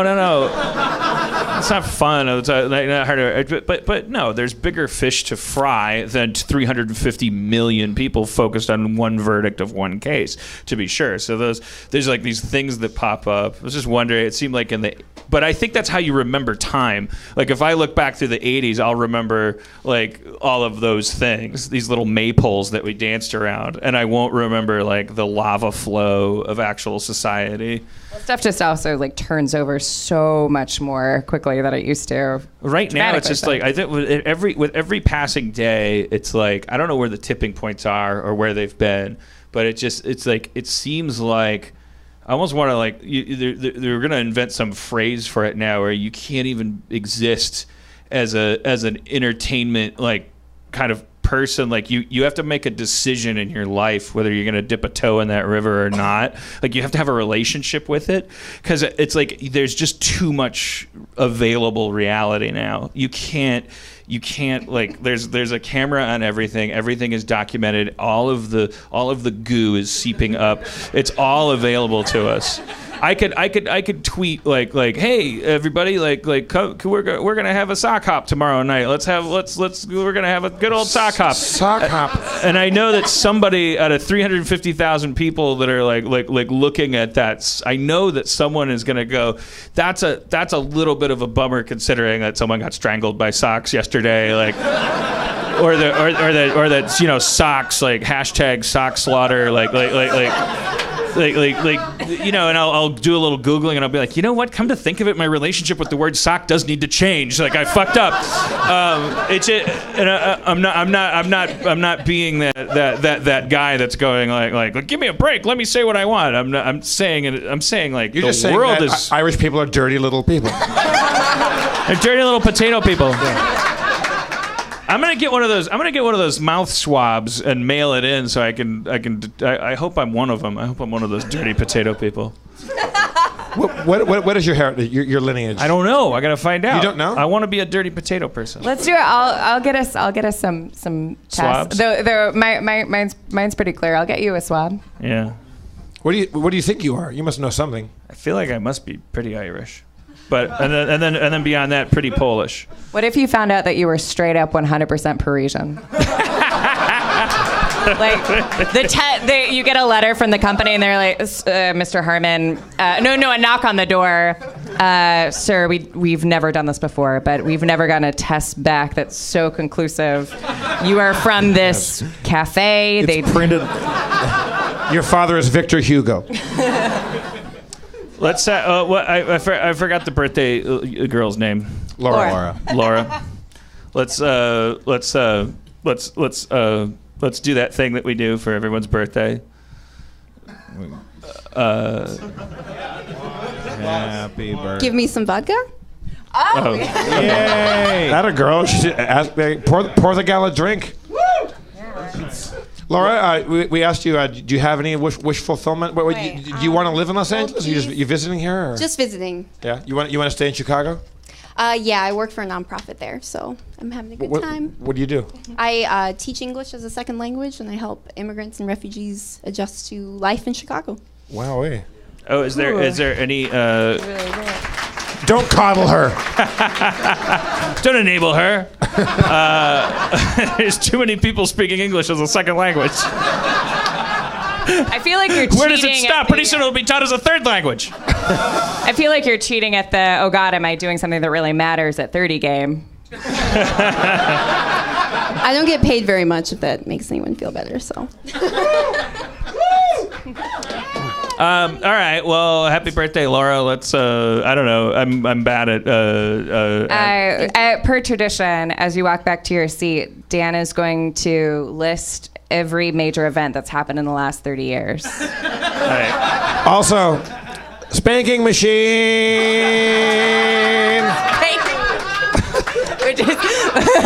Which we call Jeff's apartment. All right, yeah. For each of the 30 steps back to your seat, I will recount the world in pictures. Laura, everybody, thank you, Laura. Thanks for coming up. Thank you. This is the best birthday gift. 1985. Bill Clinton is 1987. 1988. Bill Clinton is 1999. Bill Clinton is Bill Clinton. Bill Clinton. She walked so fast, it's just a blur of Bill Clinton. That's all I remember. Did you say Bill Clinton is 1999? Yeah. That's probably very true. All right, so Spencer, Shadowrun, lay it on us. You guys are great at segues. Well, what we have to talk about is what kind of characters we would like to play. Yeah. So yeah, I mean, there's a way you guys got to make the characters. So in general, there's kind of 5 roles. The roles are kind of like classes, but they're not really. There's not strictly classes in Shadowrun. So the first role is the face. You know, he's the guy. He's like Jeff Davis. He knows people, and he tells stories, and he talks, and he's that guy. He knows. That's a role? Yeah. It's whenever there's a crew of people in a movie, in a caper movie, they go to a guy who knows some people. Oh, he's the face man. That's the face. Okay. Yeah, exactly. Because the word, the title of the game, Shadowrun, comes from the idea that in the future there's the corporations control the world, the mega corporations. They can have their own armies and they have their own law, and the world's just kind of a mishmash of craziness and alliances and stuff. And there's these mercenaries that dwell in the shadows that can, if you need something done and you can't do it through legitimate channels, they're like the A-Team. You go to these people, Shadowrunners. Face Man's an actual character from A-Team. Is there a? It's like the A-Team. Can I be B.A. Baracus? Yeah, you can. He's a troll. Is he? In Shadowrun, he's a troll. I don't make the rules. Yeah. Okay, so what else? You got the face man. You got the troll. No, trolls are a race, Jeff. You said there were no races, classes. Yeah, there's no classes. Okay, so the classes are what? Sorry. Okay. There's the face. After the face, there's what I hate to refer to as the street samurai. That's essentially a guy who owns weapons. Yeah. They're the muscle, you know? Sometimes they got rocket launchers, sometimes they just got swords and sticks and shit, but they use them for tasks. Street samurai? Street samurai. So they're fighters with weapons. Yeah. Okay. Then you got the decker. That's your hacker. That's kind of like the whole thing about the future is instead of the internet, they got the Matrix, and the Matrix is like this virtual overlaid world. So like if I was looking in the Matrix, I'd see like a virtual mic stand and like a virtual table, and then it would be all like, this is a mic stand made by Sony Corp, and you know it's all virtual reality sort of thing. And then the deckers, they hack that shit. They have these little portable computers that can do illegal stuff, and they can steal money and, you know, do hacking things. Gotcha. Like hackers would. I don't know. They could disable your cyber eyes or something, you know? My cyber eyes. Yeah. If you have them. That's a make of car in Shadowrun. You can get cyber eyes. Lots of people have like implants, bionic implants. Yeah. Okay. So we got the face, the street samurai, the decker. Who else? Decker. Then you got your rigger. A rigger is like a hacker, but they work with vehicles and machines. Because in this far-flung future, people don't really know how to drive. Everything just kind of drives automatically using this thing called grid guide, which is essentially like if you had to do what Waze told you to. So it's just like that, and so no one knows how to drive unless you like spent time learning how to drive. And then the advanced people are riggers, where they can actually jump into the internet and control vehicles from the inside, like go in and be the vehicle. And they also control drones, which are robots and stuff. So that's the rigger. Then you got your magic users, which are broken up into your shamans and your sorcerers, as well as your adepts. And shamans are like, they pray to spirits, and that's where they get their magic. And sorcerers, they're just wizards and shit. And then adepts are like, they're like people that are really good at stuff in a magical way. So like, if you could punch through a wall, that would be because you're like magically strong, but you couldn't like shoot fireballs and stuff.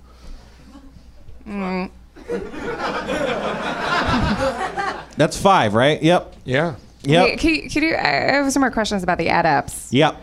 Like, so are you a certain kind of adept? Would you be like, I am like a muscly adept that punches through walls? Or? Yeah. Like, there could be an adept who's like a master with a swordsman. So, like, if you think of a swordsman who could like slice a grasshopper in half with his eyes closed, that would be like an almost magical level of skill. Or if someone could like be so good at card games or shooting guns or something that it really, you know. So is it like shape-shifting without shape-shifting? Or are you like you get to absorb? It's like Neo in the Matrix, I would say. I tried, Adam. I tried. I got one. I did one. I said one thing that wasn't dumb. I tried to help you. Anyway. Yeah, no, adepts. Like, adepts are like, there's a guy, you know, he's maybe an assassin, and he's got magical abilities that augment his assassinship. Ooh. Okay, I see. But maybe there's a better, because there's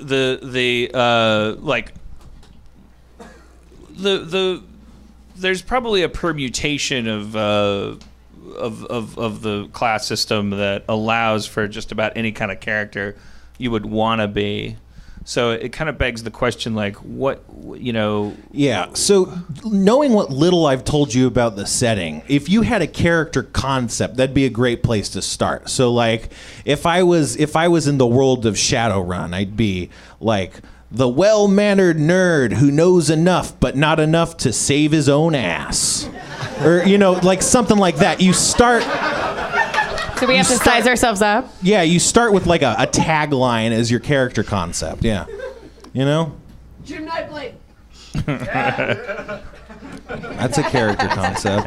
It happened. I wish your 15-year-old... You were a big fan of that movie, Lucy. I remember.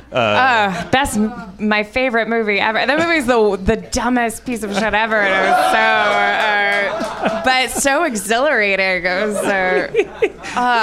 so about dumb. 10 minutes before the end of that movie, Aaron said, "God damn it! Why does this movie have to be ending?" I don't know the last time that I felt that. You wanted Scarlett Johansson to keep turning into I just more wanted them to start black improvising. goo. Yeah, like her go through the ground and then the earth. She starts juggling the solar system and love then how- eating it and then but then How not being able quickly to- in that movie, like no rules. they make the big deal in that movie, which is Asian guys with guns, like a totally no stakes deal. Like it's about 20% of her brain she can just make everyone in the world fall down, right? Yeah. And then Yeah. like for another hour and a half after that, it's like, now what's she gonna do? And can she? Well, you can always make everyone fall down, like that thing you do where you just kill the planet. and then teleport and then. Aaron was God. saying, is this movie going to end with her like taking the sun out of the sky and throwing it at a guy's head? Yeah, Lucy, you should check it out. So Really Spencer, the job of these shadow runners is like they're kind of like guns for hire. They're the people that like. Yeah, they do illegal stuff. The whole thing is, okay, there was this incident that happened where the Native Americans, they formed their own state and they stole nuclear warheads and they were holding the whole world hostage. And as a kind of a result of that... Spencer, really Too quick. soon. Really quick, when Spencer sent this email today explaining all of this, and then I had some questions about like the attitudes towards the other races, and in the email you said, well, like everybody hates Native Americans, and I thought that is not the diction I all use. day that like your understanding of the world is that everyone hates Native Americans, and I was like, holy shit, and I would just like let it go. But this isn't within the world. That is not the diction I use. I feel like Native Americans have been getting a free ride in this country for too long. No, that's not what he. No, he didn't say anything. But I thought. I didn't use those words exactly.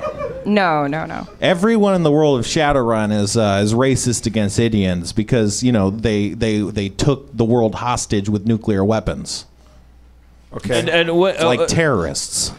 I'm not familiar with that. Did that resolve? Did the Yeah, they shot missiles, but the missiles didn't get to where they were going. No one knows why. Oh. So then, as a result of that, the governments of the various nations were like, shit, man, you companies, you need to be able to protect yourselves. And so they started hiring private armies. And then they got this thing called extraterritorial status, which basically meant that corporations set the rules instead of the governments. And then they formed their own government called the corporate court. So as of that, all the corporations started rewriting the rules and started getting all the money and started making everyone kind of into this, these dystopian wage slaves. So when everyone is kind of just slaves to corporations and corporations only have to play by the rules that they set, when they don't want to play within those rules, they hire shadowrunners to do stuff like murder politicians or steal high-tech shoes. Those are going to be your first 2 missions. Yeah, like a shadow run is one of these covert operations, and shadow runners are basically mercenaries. Okay. Yeah, so Can you have our jobs? No, Or it's I like mean, you we're might. like we Well- moonlight as Shadowrunners. well, the thing is, in the world, you need this thing called an SIN. That's essentially like a credit card number that everyone has. Well, it's like a credit card and a social security number. It's what the governments use to track you, but Shadowrunners don't have those, so they can kind of live outside of the world or outside of the law. But as a result, they can't actually have jobs in the normal way. So the only way they make their living is with crime and with doing these runs. If you're outed as a Shadowrun, are you imprisoned? Like, is it illegal to be one? It is illegal to be one, but that's why they always use false IDs. So you'll probably be running with 3 or 4 false IDs. So if someone's like, "Oh, that's Kyle Robertson," where you're like, "I'm James Jamerson now." Mystical name. It is illegal, but they have ways around it. Oh, you know who would be helpful in this is Demorge Brown. Is Demorge Brown here? Demorge? Demorge, you here? There's a really big Demorge Brown fan over there. Hopefully not too big. I thought if we're gonna make character, are you gonna be here next week? You don't have I'm to scrolling through my schedule right now. Yes. Well, it doesn't matter. Yes. I just wanted to get the pudding stirred here a little bit. We're making characters. Now, do we have to decide right now, or should we sleep on this and go home? Should I do some more research and think about this more, or should I fire from the hip and pick a character? I mean, I don't care. Well, we're I talking think it for, out. Right? for the presentation of it, maybe we should come up with character ideas, and then if you change your mind, we could go from there. Just for the audience. Like what you're saying when you were describing those 5 roles, what you mean by that is like that. Those are kind of skill sets. In order for there to be a successful, like, kind of typical mission, like, you kind of want those points covered, or like, at least a couple of them, right? Yeah. So what is the face man again? Like, he's the guy that you go to for what? He just knows people. So if it's like, oh, I need to be smuggled into the sewers of Borneo, He always has maybe a cake guy box. knows that. Yeah, he has a cake box. Maybe he knows. Maybe he has a guy who's high up in the business. So if you need to get some business intel, he knows what's going on at the Shiawase Corp, for instance. So he's like Huggy Bear and Starsky and Hutch. All right, thank you, DeMarge. He's like that thing that he said. DeMarge, your hair has become tremendous as well. Yeah, you have the Dan Harmon's beard of hair right I think it's just letting it fly, man. It's good stuff. Yeah. Is it easy to maintain? How is that? I just let it sit there. And when it needs to be reordered, I pull it all out, and it curls back in on itself over the course of a month. I like it. Yeah. I mean, obviously, I'm going to be the face man of the group. That seems pretty obvious to me. That's obvious. I thought that would get You know, bigger laugh. I've never been a magic user, so I'm tempted to be a magic user because I've never done it. All right, so do you want to be a shaman or a sorcerer? Shamans kind of, they revere spirits, whereas sorcerers are like, this is a science to use magic. They function. Who wants me to be a shaman? Yeah! Who wants me to be a sorcerer? I'll be a rigger. No, fuck it. I'm a sorcerer, Spencer. I'm a sorcerer. All right. So Who's confused about the vehemence of the opinions? Oh, nobody. Okay.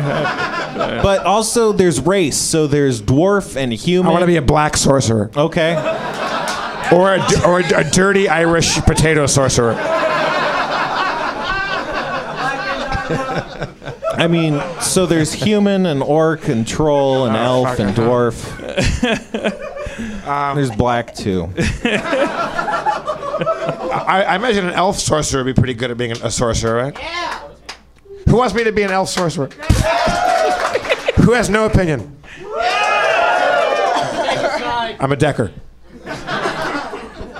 Should Spencer? Could you, as a GM, could you give some advice on like what would make us happiest as individuals when choosing what we are? Like, should we? Are you saying what character would you like to kill off less quickly than your other character? All right.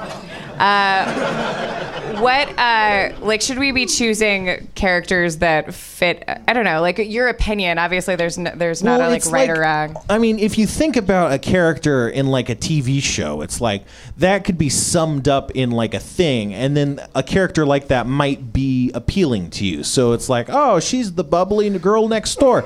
Like that could be like a kind of concept. So whatever appeals to you as a concept of a character, you might want to play, even independent of abilities and stuff. That's what I'd recommend. Do you have an opinion about whether people are most? I mean, like, because there's two philosophies. One is you play a person who like you could never be in real life, and then the other is to like kind of play a mythologized version of what you are in real life. Yeah.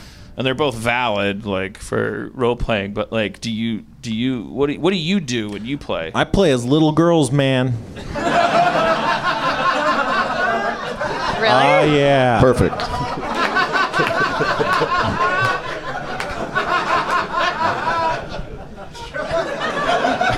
Too soon. No, I play as characters. I exclusively play as characters that are skinny. Well, okay, so but I'd recommend that. Do you play? They can jump higher. Do you play as? But I mean, like as far as personality goes, do your characters tend to be more like what you want to be, or what you aren't, or what you dare not be? Characters or that let me utilize intelligence. You know, like yeah. No, but I mean, as far as your relationship to that character, what should I do? So I'm saying, like, I'm going to make a decision for myself right now, only because I think this will be fun. I want to be a 15-year-old girl who is an elf sorcerer. All right. Yeah, I want to be like a young high school girl age. Well, Aaron, Kind of like a disenfranchised, disaffected, like little punk rock chick. Great. Well, Well, you'd have finally, to be. teenage girls have a voice. See what? when we're playing, I mean, what do you tend to find yourself doing? You know, like you certainly craft a lot of things. Like you like to find. You like Yeah. Well, I'm torn. Adam, what? I think you might enjoy playing a decker/rigger because there's a lot of go with it and make stuff up in hacking. Yeah, I was kind of thinking that too. like taking the existing world. I would agree with that. Like Okay. oh, could I make that car do this? Or yeah. Okay. Cool. Well, I mean, part of me really wants to play like something that I'm not, that I would really like to be, like a really short, strong immigrant man. I did not expect that to get a laugh. I feel like that's obvious that like deep down inside. It's just funny how convicted you are. There's a lot of phrases that are funny when you just say them. But then obviously, like, I really like crafting things and coming up with different things. Maybe you should start with the name first. Oh. What country did you immigrate from? Oh, just Emigrate from? An Eastern European country. Well, good news. Most of the Eastern European countries have been buried by radioactive sludge. So there's great reason to emigrate from them. Emigrate is a 21st century form of immigration where you send yourself to a computer. What I think I like within the game, the things that I enjoy the most are like my character like pretending to be something or trying to talk to people. I guess I don't know. I just like talking to people about how That's they like- feel. That could be So like which of the, that could be like the face man, you know? You'll really? you'll stroll up Okay. to the security guard and be all like, "Hey man, I'm here on an inspection." And then you'll roll some dice and maybe he'll believe it. So that's always my favorite part of the adventure is when Aaron is in charge of. Go ahead, Aaron. Go talk to the guy. Okay, yeah. All right. So you're just I mean, well, that would probably be a disaster. Everyone would be really mad. Entertainment is a disaster. It's what you enjoy. Okay, well, I like talking to the other characters. I also like magic. Can I be a magic face? Yeah, I mean, there, like we were talking about adepts. There's like an adept face might be like a guy who or a girl who's like so charismatic and beautiful that it's beyond, you know, the normal world.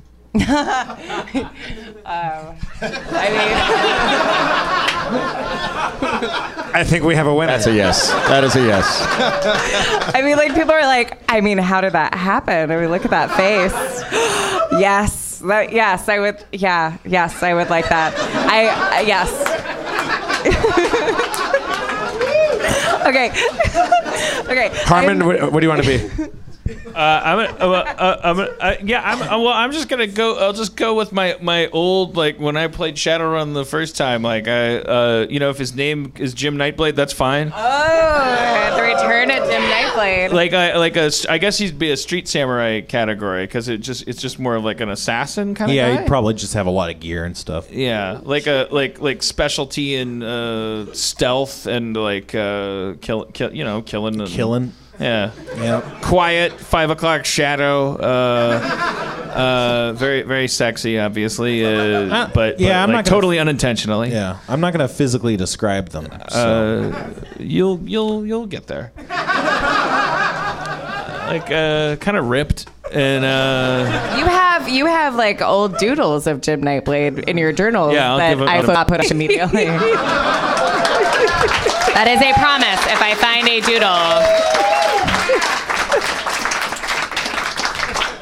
World weary. Just I'm not gonna write down any of those things. That'll be like your duty to bring to the character, you know. Yeah, I'm just gonna write down like 6, 4, 13, numbers and shit. What's left, Demorge? You can't be black. Oh, Can I be? Would I be? Is there some sort of cross between a street samurai and then almost like a hagiograph, like a person that can read a mood, can shift with the mood as the situation changes, or can sense a mood change in the situation before it gets there? like he's highly perceptive? Or empathetic? Yeah. Yes. And if we were going from A to B, and in between that there were several different types of people to encounter, or maybe is there somebody who would be like, since they can't have jobs, that they would have. We said you can't be black. Ooh. I'm not even. Reaction is so strange. I don't get I'm it. standing perfectly still for the people who can't read this at home. Is there? You know how characters in that world sometimes they have these underground jobs, like they're the greeter at a hotel, or they're a greeter at a casino, it's an underground casino or something, but they have all this other information. So for people in that world, they have one face. For people in the know, they do something completely different. And they always have this sort of broad personality for the people in the regular world, sort of hello, hi, that kind of thing. And then out of the other side of their mouth, they're whispering vital information. People are doing something else. Is that So they're like well read? I don't. at the street level, maybe? Is that a charisma thing or a? Well, I mean, it sounds. What about like a street samurai that can kind of convince other people, that can change form in front of other people? change? Talk about like the newspaper Yeah. guy from Men in Black. I'm a street samurai. Yeah, I mean, that's a thing. Definitely, it sounds like what you're describing is just a guy who has this Like a personality precog trait. that can walk around. Like a what? Like a precog that can walk around. I don't know if there's anything like that quite. There's not really psychic abilities so much as magic. Okay. So just a street samurai. That's All it. right. I'll be an everyman. We got to figure out your guys' races, though. Oh. What race do you want to be, Demorge? I want to be Norwegian. And my name is Hordegard. So, like, there's humans and dwarves and elves. And then there's orcs and there's trolls. And any one of those can be from Norway.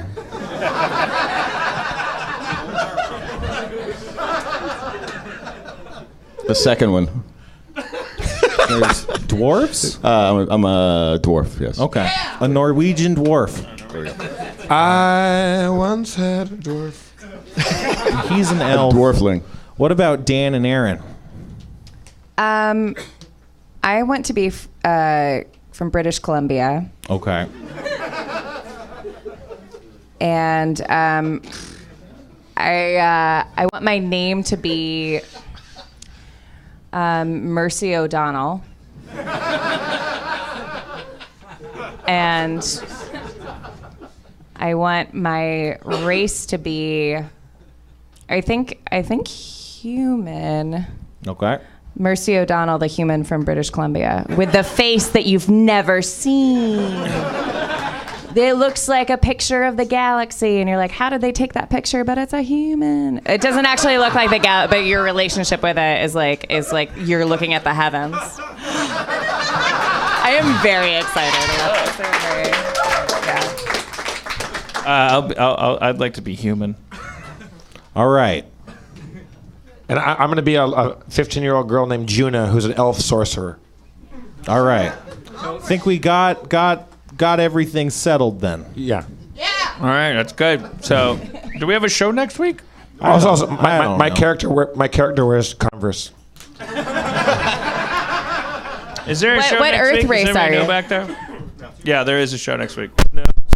Oh hearing- my God. The fuck? No. I guess No there's show? not a show in 2 weeks. Sorry, yeah, we're getting a rocky start coming back from the new year, so there's no show next week. But then there's one one the week after that. How about that for? So what do we have to do between now and the next show, Spencer, in terms of character? Do we have to roll stats and stuff like that? No, I'll take care of all that. Just think about the characters you want to create and their backgrounds and what their interests might be, stuff like that. Now, you're like a super magic guy, so you probably don't want a lot of like robot parts. Girl. Yeah, girl. But the rest of you guys, think about maybe also what kind of robot parts you want. Like maybe if you want Do we like have to have robot parts? a metal spleen. No, you don't What have is that to. based on? Like, how are we making that decisions? Why would we want a metal spleen? Because it's the future, man. You can have laser eyes and shit. I don't know. That's part of it. If you want to have a robot arm that has like a laser eye in it. If you want like an eye that shoots lasers. So I like a drinking fountain in your thumb, or I can't be robotic because I'm a magic user. Yeah, it fucks up your magics. Good. Yeah. I love this. So think about those things, and I'll work on making the characters. Backgrounds, your histories, what you do on Thursday evenings, stuff like that. I eat lingonberries. What does Jim Nightblade do on a Thursday evening? He just looks out at the futuristic cityscape and wonders how it got to this.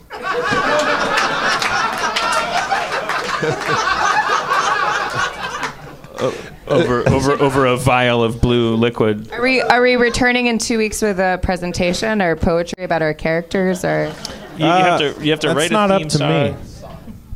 Yeah, no, that would be great. Like we should do like old school like Mazes and Monsters. You have to like introduce your character. Okay. I am Haryana of the. I don't know. We'll figure it out. We'll do 2-minute presentation.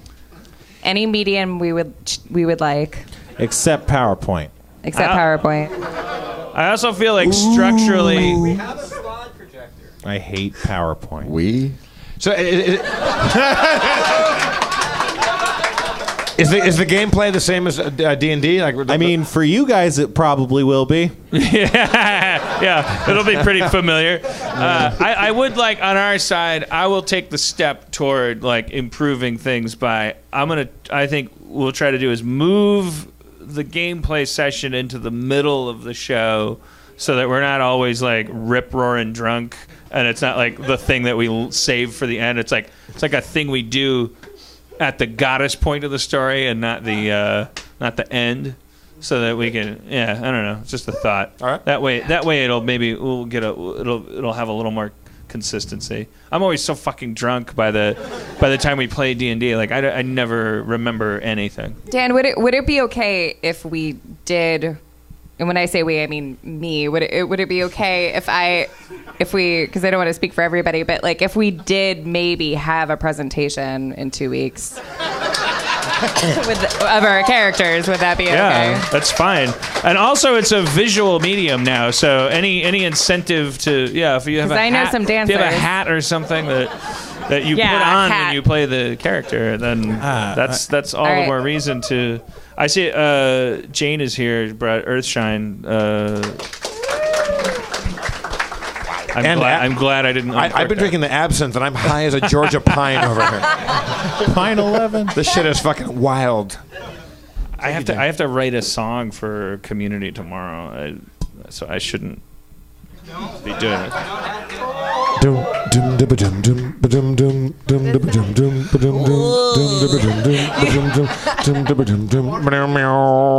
said that like you were going to say like, wow, I'm supposed to mow the lawn tomorrow, but it's something everybody cares about and is excited about. And then you take it. I have to feed the baby tomorrow. What's the song about without spoiling anything? I just have to. It's just a song that Britta used to listen to in high school. Something like a cool like alternative song. Like a la who? Like maybe Portishead, but. Why don't you just try riffing a little bit for us right now? Maybe workshop it. Workshop that shit. Do you have like? I don't have any Portishead of that. I was trying to do the Portishead. You want music? Yeah. What do you have? What do you have? Let's see here. Let's do. Hang on a second. I'll give you something instrumental. You want what kind of mood do you feel like? Like heroin. Like that's the idea. Kind of like very, very laconic. Not mainstream.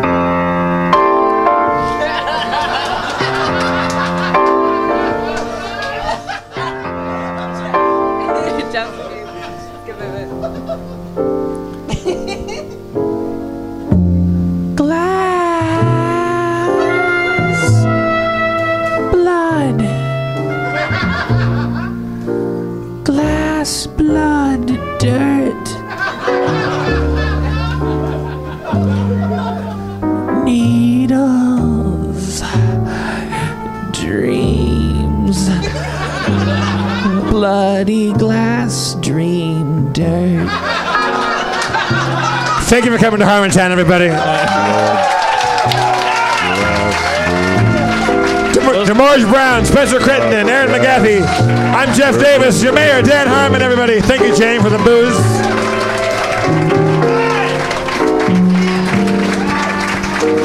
Dan, keep singing. Track Mark City.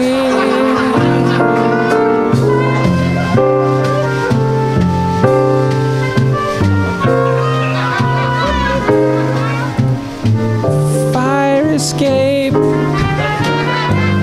Torn dress.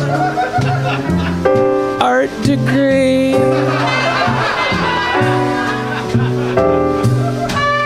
Why'd I make you such a mistake? I gotta down the drain like a hurricane. Fingernails bleeding on the brain cellophane. Independent label.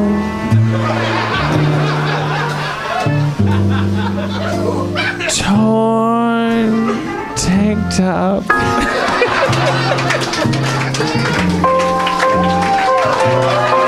Good night, everybody. We love you. Did you get any of that? It's a good show.